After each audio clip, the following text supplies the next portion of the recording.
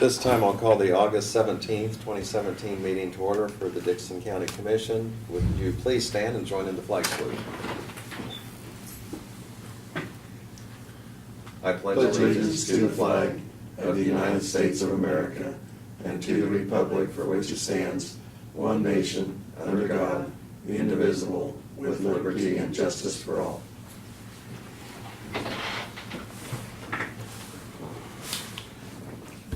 Okay, on the approval of the agenda, we do have just one item to add, and that's to consider the proposal from Cobb Valley Engineering on the Eden Road River Bridge for $20,970. And so with that added to the agenda, I'd move that we approve it as amended. Second.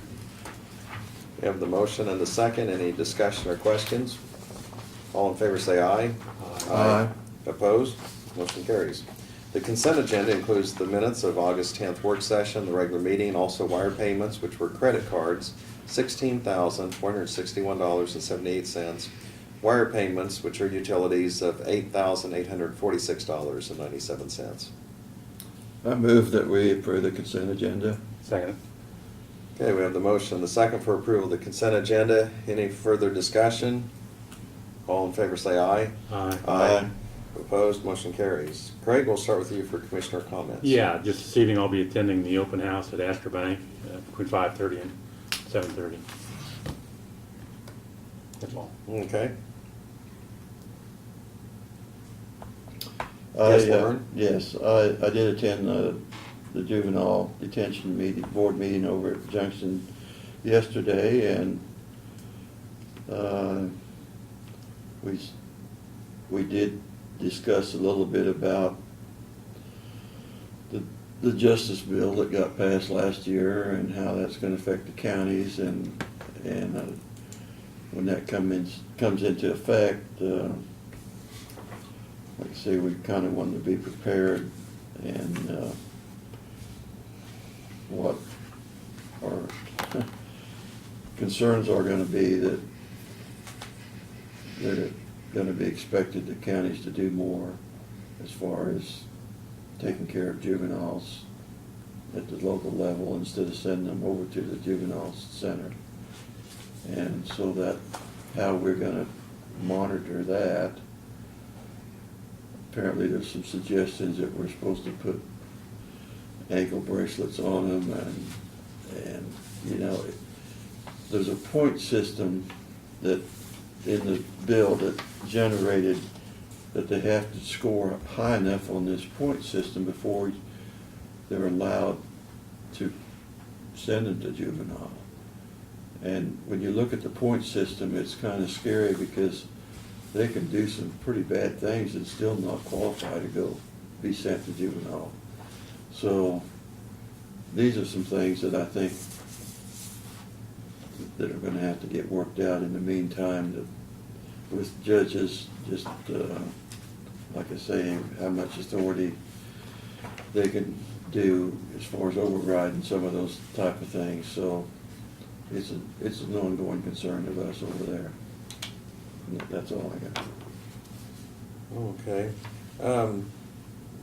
On Astor Bank, I had an invitation to that also, and I won't be able to attend tonight, but they also have a public open house tomorrow, so I'm going to try to slip by if I can. And then next week there are some events for Victory Week that I plan to attend over at Fort Riley as part of our community partnership. One of the discussions that we had earlier, so I want to kind of put Barb into this conversation. Earlier today we were talking about on the election coming up, and so, or that's in process, but would you want to just kind of comment for clarity as far as the polls when they actually close, and mailing or hand delivery, because that'll take place before our next meeting? Right. All ballots are due to the courthouse by noon on August the 22nd. Okay. You can walk them in, or we can receive them in the mail, but they have to be here by August the 22nd. Today is the deadline to mail out a replacement ballot if for some reason somebody didn't get a ballot. Today is the last day that we can actually mail out a ballot. if they have issues, they can still come into the office and we'll help them in the office to fill out a ballot or a form to vote a ballot here. Okay, and then, so the polls will close at noon. Noon on the 22nd. Afternoon, it's too late. It's Correct. noon or before. Right. And they can come here to the courthouse. And then, once the ballots are received, as far as, because the press would be interested in general public, when do you anticipate the results will be made known? I would say hopefully mid-afternoon on the 22nd. On the 22nd of that day? Yes. Okay. Okay.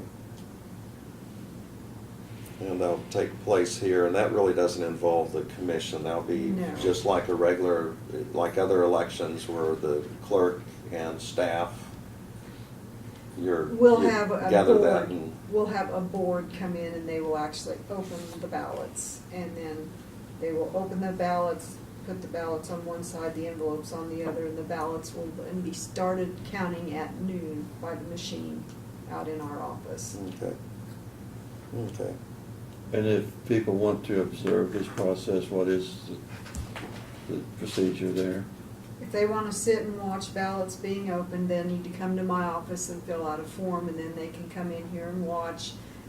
They cannot speak to the board workers, they can just observe. They're called a poll agent at that point. Typically on like election night, sometimes people gather in the hallways or Right. whatever, and so then you'll go ahead and post the results at some point, but anyway, I guess Yeah. we'll kind of see how that goes, but just like anything else, other than this is during a work day, so, we certainly need to keep hallways clear and keep Right. things orderly and just let you folks do the work that you always do, Right. and then you'll release the information in a timely manner. Yeah, we'll probably put a small board up out in the hallway with results. And then the canvass of this election will take place on Monday, the 28th at 9 o'clock with the commissioners. Okay. Okay. That's all I had. And thank you. I kind of put you on the spot there, but we had, Lynn, you want to make any more about our work session with Diane and Janelle and Rick Bridges? yes, they were just getting us some information. Diane and Janelle were, a little bit, we discussed some of the insurance issue and the budget effects on that, but also we had information on how the valuations and assessed values had changed over the last 11 years, 10 years. 2000. It says 2000, yeah. So, yes, thank you, 17 years. So. Okay.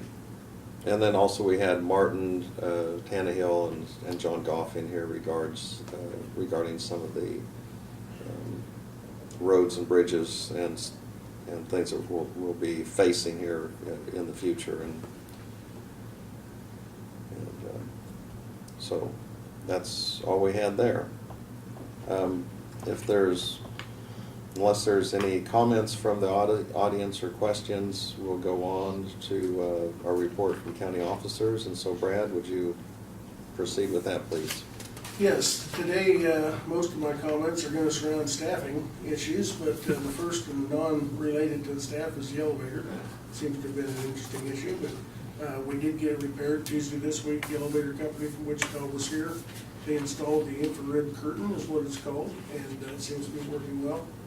And so it can tell if someone's in the doorway, and it reopens the door like it's supposed to. It's kind of a safety feature. Also tells it when the door can shut, and so which it needs to do before it can go up or down or function. So it is working fine. So the rest of my comments have to deal with staffing. We have 2 openings in the road and bridge department. We're seeking applicants for those. We have been having some difficulty getting applicants. Not sure why, but not only that, but some of the other departments. We also have 2 openings in EMS right now. One of our staff transferred to another agency in eastern Kansas, and then we have another one that has moved to the Kansas City area to be with prospective spouse. So for various reasons. We also have been notified of a retirement in our EMS department for the billing clerks, so much like our IT person will want to be, that's kind of a specialized area. Not that the rest of the positions are not certainly critical and important, but we'll want to be getting someone selected for that and giving them at least 30 to 45 days to shadow with that clerk for that position before their last day, because it's not something you can just, much like the election process and BART staff, not something you can just dump someone into and expect them to be able to answer the phone and get by, you know, so. But that, we've got until the end of the year to work on that one as well, so. And then our maintenance man is gonna be out for a couple of weeks with some medical issues, and I've been working with iServe, our new custodial service, to contract with them for a couple of additional hours a week to help do the cleaning at Straw Hall that Seth does. And they're certainly willing to come in, and I know we've got a meeting set up Monday afternoon with their personnel, so Seth can go out and show them exactly what it does, what he does out there, because we clean iServe, or we clean Straw Hall ourselves. And so it's nice to have a company that knows what to do, and we can just in a matter of an hour show them what's needed, and whatever time period Seth is actually out of pocket, we can continue to fulfill those duties, so. And they have already been working in the courthouse. Yes, as you heard, department head meeting last week, 2 or 3 of our department heads or elected officials commented that they're very impressed with their work, and I personally been very impressed with their work, and things have worked out very well. They're very articulate about what they're doing, and certainly did a good job of cleaning. And it's not often we get those kudos from some people, and I take that as a very, very positive indicator, so. That's all I've got. Okay.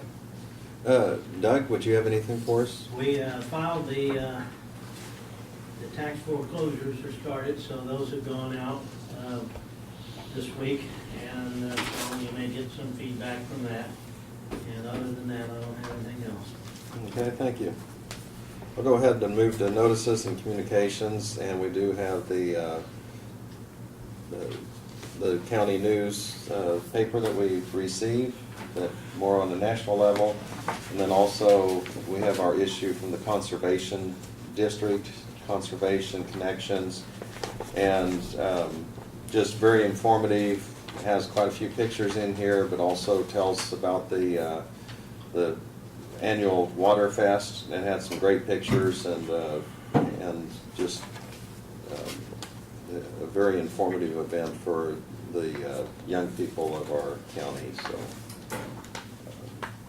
That's the only 2 we have. Were there any other notices or communications that any of you had received that you'd want to bring up? Nothing on the computer. Okay, the only item of business then that we have to consider is the approval for a proposal from Cobb Valley Engineering, and this is on Eden Road, the River Bridge. So Brad, would you want to give us a summary of that? Yes, this is for the engineering study, and it includes 6 different categories, including field surveying and research, composite deck approach, slab and replacement designs, road ratings, plan productions, office check plans, and then also includes the final bid package and bidding and pre-conference, covers the pre-construction conference for dealing with the issues on the Eden Road Bridge over the Smoky Hill River. Standard procedure to follow on a project like this to help determine what the bidding packages is for a project like that, and the specifications. The not to exceed price that they provided us is $20,970, and it's broken down by the 6 different categories, but we're very comfortable with that, and that's what we would need to do to proceed forward with this step of the project. So would that basically cover all their costs then if we did proceed with, or would there be additional things if we proceeded? There would be, my understanding is there may be additional inspection fees if they were the inspector we hired to be on site during the actual project. But this would cover everything up to the point where the bids are the conference is done, the bids are received, tallied, and then they would also provide us a recommendation on which bid was appropriate. So it would not cover their inspection fees and stuff if, from the point where we would accept a bid and move forward, so. This would provide us everything we need to be able to put it out for bids and to obtain those and then consider those, so. I move we accept the proposal for $20,970 for a proposal for the Call Valley Engineering on the Sand Springs Bridge. I'll second it. Okay, we have the motion and the second. Any further discussion? All in favor say aye. Aye. Opposed? Motion carries. One thing this kind of reminds me of a little bit, Central Kansas Mental Health, I'm on that board, and we had a project come up, and while it wasn't like this in particular, we had a discussion whether an engineer, architect would be needed, and someone said, you know, you can save money, people understand when they're bidding. Well, an issue came up later, and the information of the scope of the work that the architect had written in and saying this needed to be done, it was documented. And so when it came time to enforcing the contract, or where there was an issue of, well, you didn't tell us that was going to be in there, you know, there it was. And I think sometimes, you know, people think, well, that's routine enough. You know, do you really need to have engineering services? And yet, you know, there is a purpose for it, because they identify the scope of the work, which protects the county, but also those that are bidding on the project, where, you know, everybody's on the same page, so. And this most probably will be $1 million project, so you can't undo that or unring that bell once you make a mistake. So we want to make sure we've got it planned out and done right the first time, so. Okay, that's all we have. I'll entertain a motion for adjournment. So moved. Second it. Got the motion and second for adjournment. Any further discussion? All in favor say aye. Aye. Aye. Opposed? Motion carries. We're adjourned.